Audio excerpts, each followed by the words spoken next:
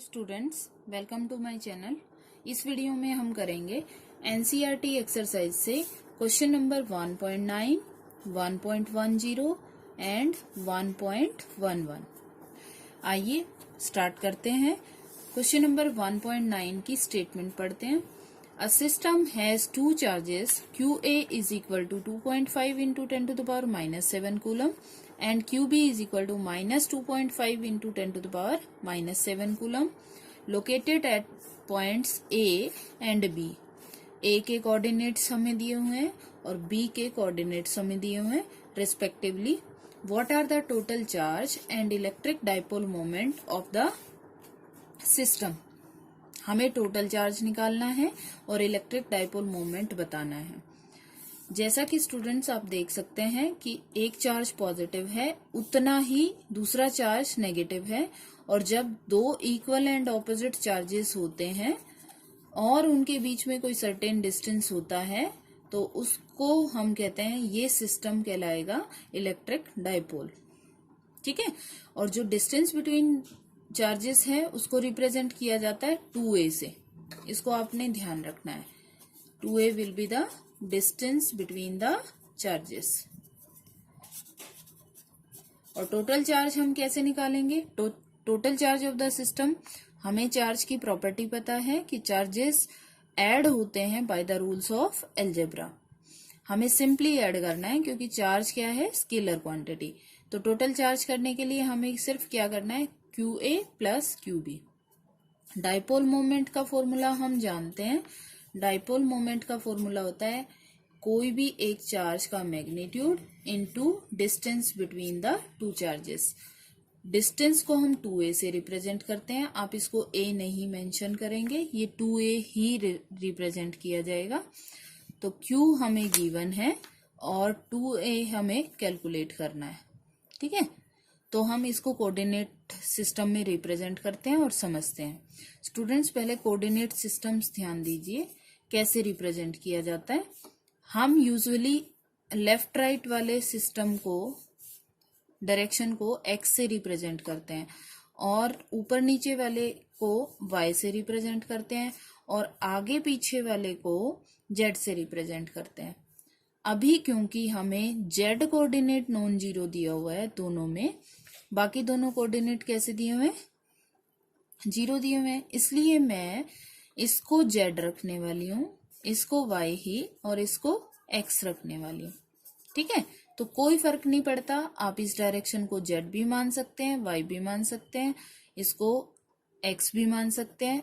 ये बस ध्यान रखना है आपने कि आप किसी को भी अपनी कन्वीनियंस के अकॉर्डिंग कोई सी भी एक्सिस का नाम चेंज कर सकते हैं। बस उसके अकॉर्डिंग आपको रिप्रेजेंट करना है उनका लोकेशन। ठीक है, देखिए लोकेशन कैसे रिप्रेजेंट हुआ। ये जो पॉइंट है ओरिजिन का, यहाँ पर कोऑर्डिनेट कितना है? 0 0 0, मतलब x भी 0 है, y भी 0 है और z भी 0 है। A पॉइंट का लोकेशन देखिए आगे पीछे में 0, मतलब इसी लाइन पर है।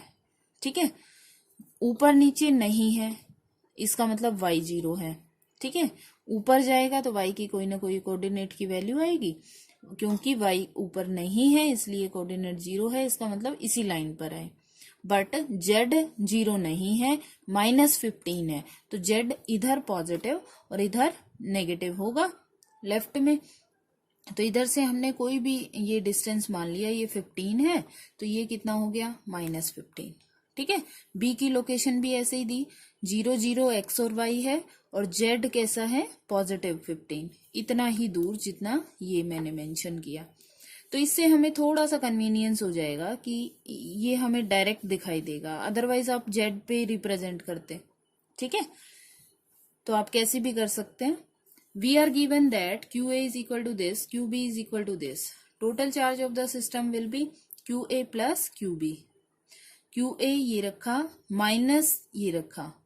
ठीक है, हमेशा ध्यान रखना है कि charge is a scalar quantity, इसलिए उसको वैसा ही रखना है जिस साइन के साथ उसको दिया हुआ है। ठीक है, तो आपने इसको प्लेस किया और रिजल्ट क्या आ गया? 0। तो टोटल चार्ज किसी भी डाइपोल का कितना होता है? 0 होता है। इलेक्ट्रिक डाइपोल मोमेंट क्या है, P is equal to either charge into distance between the charges. Distance कितना है पहले ये देख लेते हैं। A पर एक चार्ज है और B पर दूसरा चार्ज है। ये AB डिस्टेंस जो है वो बिटवीन द टू चार्जेस कहलाएगा। कितना है ये डिस्टेंस, आप जीरो नहीं कहेंगे क्योंकि ये डिस्प्लेसमेंट नहीं है, ये डिस्टेंस है, तो एक्चुअली ये नॉन जीरो है। यहां से यहां तक कितना है 15 और यहां से यहां तक कितना है 15, तो टोटल डिस्टेंस कितना हो गया ये भी 30। कितना 30 सेंटीमीटर, तो 30 सेंटीमीटर ये तो सीजीएस सिस्टम है, तो आप इसको एसआई में कन्वर्ट करेंगे 0.30 मीटर। तो पूरा 2a की जगह हम क्या रखेंगे 0.30 और Q की वैल्यू हमने यहाँ पर प्लेस की। हमारा रिजल्ट आ गया 0.75 into 10⁻⁻7 coulomb metre. Direction dipole moment की हमेशा माइनस चार्ज से प्लस चार्ज की तरफ होती है, तो आपकी डायरेक्शन होगी B से A की तरफ, ठीक है, अलोंग जेड एक्सिस। ठीक है, ये आपका ये वाला क्वेश्चन आई होप आपको समझ आ गया होगा। अब हम आगे बढ़ते हैं 1.10 पर। 1.10 देखिए, an electric dipole with dipole moment 4 into 10⁻⁹ coulomb metre is aligned at 30 degree with the direction of a uniform electric field of magnitude this। Electric field की मैग्नीट्यूड दे रखी है। Calculate the magnitude of the torque acting on the dipole. Electric dipole है जिसका dipole moment हमें given है, उसको रखा कैसे गया है, अलाइंड का मतलब उसको रखा गया है कैसी लाइन में है वो, making angle of 30 degree with the direction of electric field. तो इलेक्ट्रिक फील्ड अगर हम ये मानते हैं तो डाइपोल कैसा प्लेस है 30 डिग्री एंगल बनाते हुए, और डाइपोल मोमेंट की डायरेक्शन अभी हमने की माइनस चार्ज से प्लस चार्ज की तरफ होती है, तो ये डायरेक्शन किसकी कंसीडर होगी, P वेक्टर की।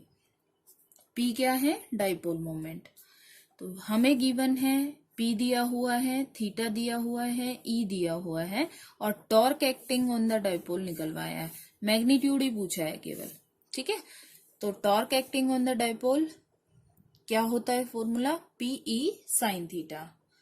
ये आप थ्योरी लेक्चर्स में आपने पढ़ा भी होगा और आप देख भी सकते हैं। तो टॉर्क का फॉर्मूला क्या होता है, PE साइन थीटा।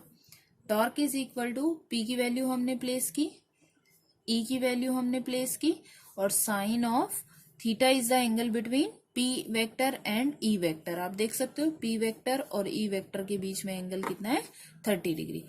तो ये वैल्यूज हमने प्लेस की, रिजल्ट हमारा 10⁻⁻4 न्यूटन मीटर आ गया। याद रखें स्टूडेंट्स, जब भी आप एग्जाम में और न्यूमेरिकल्स अभी भी सॉल्व कर रहे हैं, प्रैक्टिस कर रहे हैं, उस वक्त में न्यूमेरिकल्स जब कंप्लीटली सॉल्व हो जाए तो लास्ट में आंसर में आप यूनिट नहीं छोड़े, ठीक है। आपको पता है टॉर्क क्या होता है, फोर्स इनटू परपेंडिकुलर डिस्टेंस। तो फोर्स का फॉर्मूला क्या होता है, यूनिट क्या होता है न्यूटन, और डिस्टेंस का क्या होता है मीटर। तो टॉर्क का यूनिट क्या होता है, न्यूटन मीटर। आगे बढ़ते हैं 1.11 पर।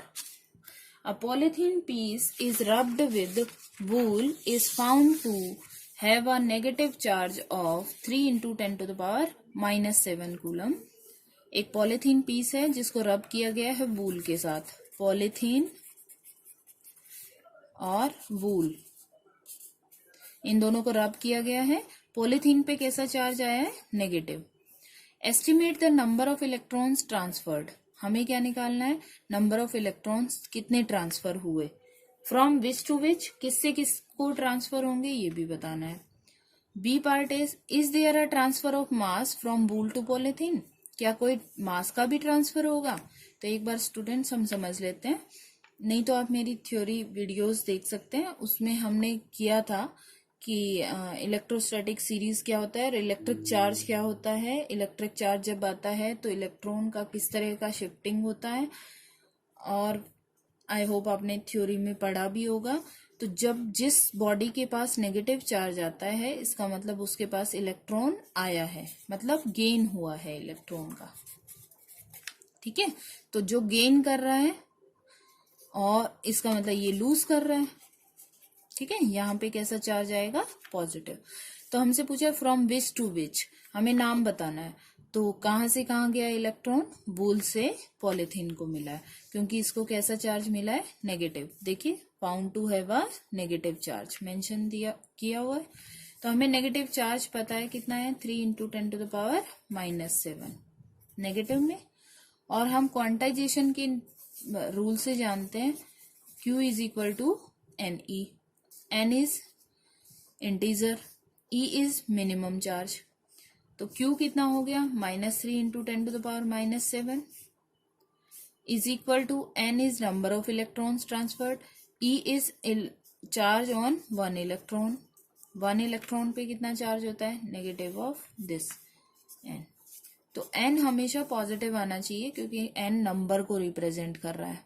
ठीक है, तो मान लीजिए पॉलीथीन एक एटम है जिसने इलेक्ट्रॉन को गेन किया है, और दूसरा एटम है जिसने इलेक्ट्रॉन को लूज किया है। ठीक है, तो जब इलेक्ट्रॉन एक्चुअली मूव करेगा तो इलेक्ट्रॉन मटेरियल पार्टिकल है, तो जब भी वो एक बॉडी से दूसरी बॉडी में जाएगा तो मास का ट्रांसफर तो होगा ही। ठीक है, तो मास का ट्रांसफर होगा। इसका आंसर हमारा बी पार्ट का क्या है, यस। अब हम बताएंगे कि कितना ट्रांसफर होगा। अगर एक इलेक्ट्रॉन जाता है तो एक इलेक्ट्रॉन का मास बढ़ेगा इसमें। ठीक है, एक इलेक्ट्रॉन का मास कितना है, 9.1 × 10⁻31 किलोग्राम। ठीक है, और जितने इलेक्ट्रॉन्स जाएंगे, मतलब n नंबर ऑफ इलेक्ट्रॉन्स हम कैलकुलेट कर लेंगे यहाँ से, जितने इलेक्ट्रॉन्स जाएंगे उतना मास ट्रांसफर हो जाएगा। तो कैलकुलेशन को करते हैं। We are given that Q is equal to this. ठीक है, N इज इक्वल टू, हमें निकालना है charge on electron, E is equal to minus of 1.6 × 10⁻⁻19 coulomb. हमें पता है क्वांटाइजेशन से Q is equal to NE। N हमने कैलकुलेट किया, N आ गया 2 × 10⁻12 इलेक्ट्रॉन्स ऑलमोस्ट। ठीक है, इलेक्ट्रॉन्स कहाँ से कहाँ ट्रांसफर हुए, वूल से पॉलीथीन पे, because polythene acquires negative charge. ठीक है, सेकेंड पार्ट क्या है, ट्रांसफर होगा कि नहीं। अब हमें समझ आ गया है, क्योंकि इलेक्ट्रॉन पॉलीथीन ने गेन किए हैं तो पॉलीथीन मास को भी गेन करेगा, उसका मास भी बढ़ेगा। ठीक है, तो कितना मास बढ़ेगा, एक इलेक्ट्रॉन का मास होता है 9.1 × 10⁻31 किलोग्राम। तो n इलेक्ट्रॉन्स हमारे पास आ चुके हैं। कितने इलेक्ट्रॉन ट्रांसफर हुए, तो मैंने यहाँ मेंशन किया, yes there is transfer of mass also, because electron is a material particle. आप चाहें तो कैलकुलेट कर सकते हैं, mass transferred will be n into mass of 1 electron. तो n हमारा आया 2 × 10⁻12 इंटू 9.1 × 10⁻31। ये कैलकुलेशन होगी, this will be the result. इतना मास, जबकि ये बहुत ही स्मॉल मास है, बट ट्रांसफर होगा। ठीक है, तो आई होप आपको तीनों न्यूमेरिकल्स क्लियर हो गए होंगे। नेक्स्ट वीडियो में नेक्स्ट न्यूमेरिकल हम करेंगे। Thank you.